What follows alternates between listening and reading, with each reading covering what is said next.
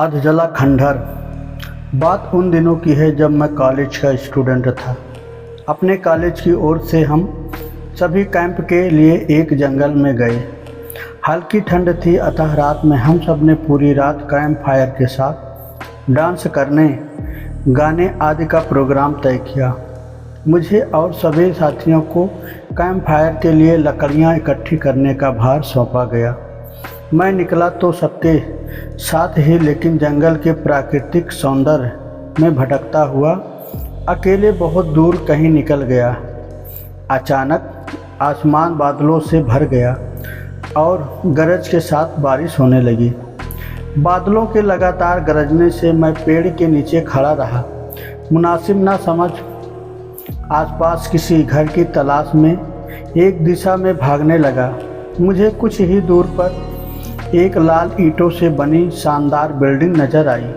Building रोशनी से पूरी नहाई हुई थी और उसमें ढेर सारे लोग हैं, ऐसा दूर से ही लग रहा था। मैं तेजी से भागते हुए उस बिल्डिंग में जा घुसा और सामने से आती हुई एक खूबसूरत नर्स से टकराते टकराते बचा।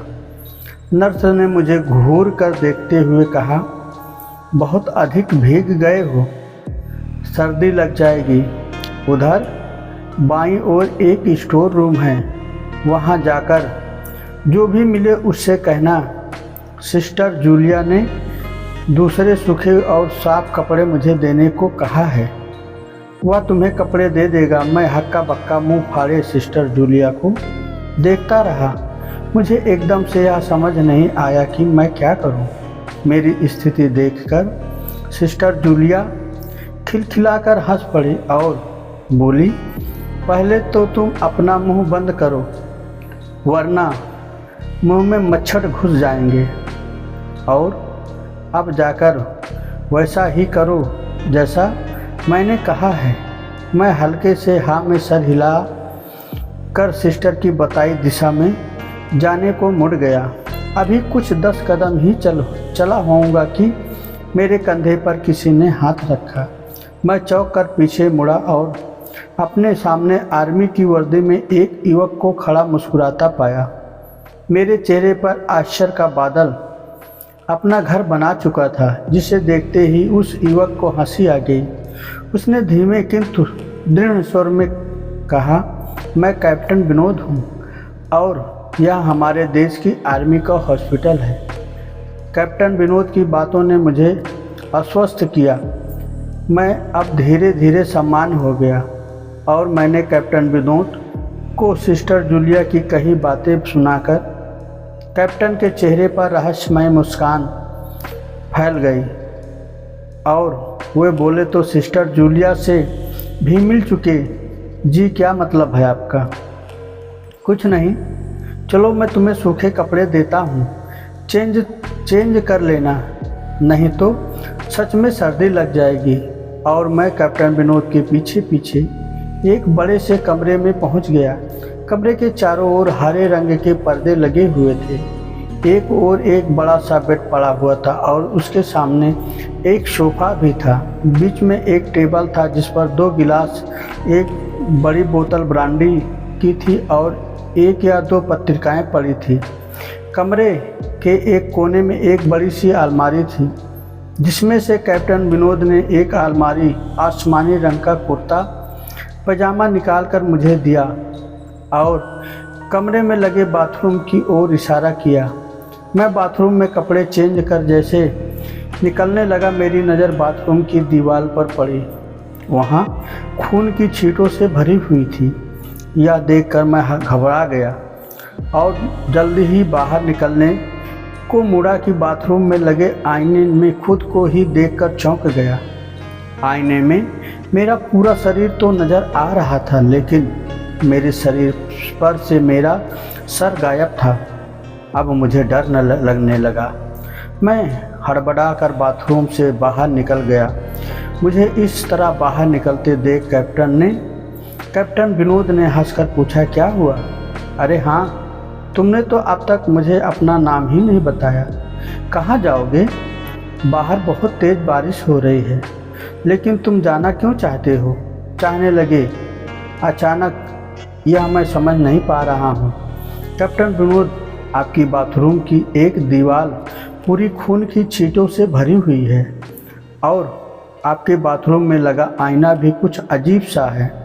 उसमें मेरा पूरा शरीर तो दिखाई दिया, लेकिन मेरा सर ही गायब था।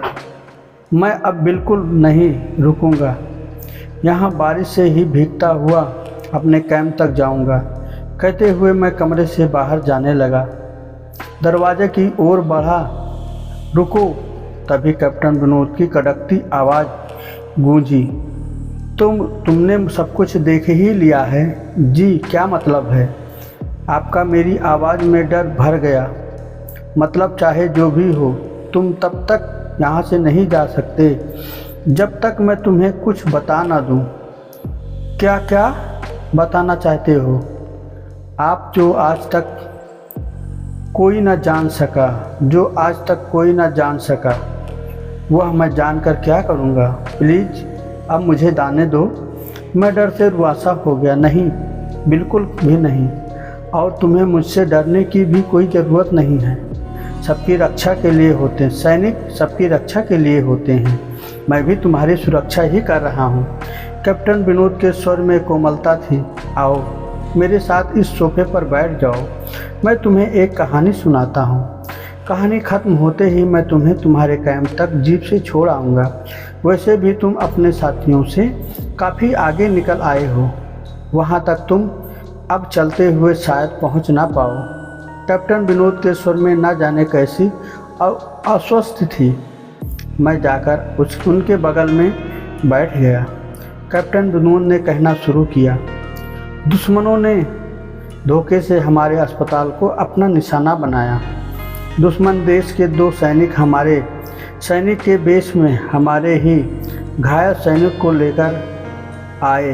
वह घायल था और हमारे देश की सेना ने उसे बहुत ढूंढा, लेकिन नहीं मिला। शायद साजिश के तहत उसे घायल होते ही घुसपैठियों ने कहीं छुपा दिया था। अचानक अपने खोए हुए सैनिक को अपने हॉस्पिटल में पाकर सभी खुश हो गए और बिना अधिक पड़ताल किए हॉस्पिटल के गेस्ट रूम में घायल को लेकर आने वाले 6 भेषधारियों को ठहरने की इजाज़त दे दी गई।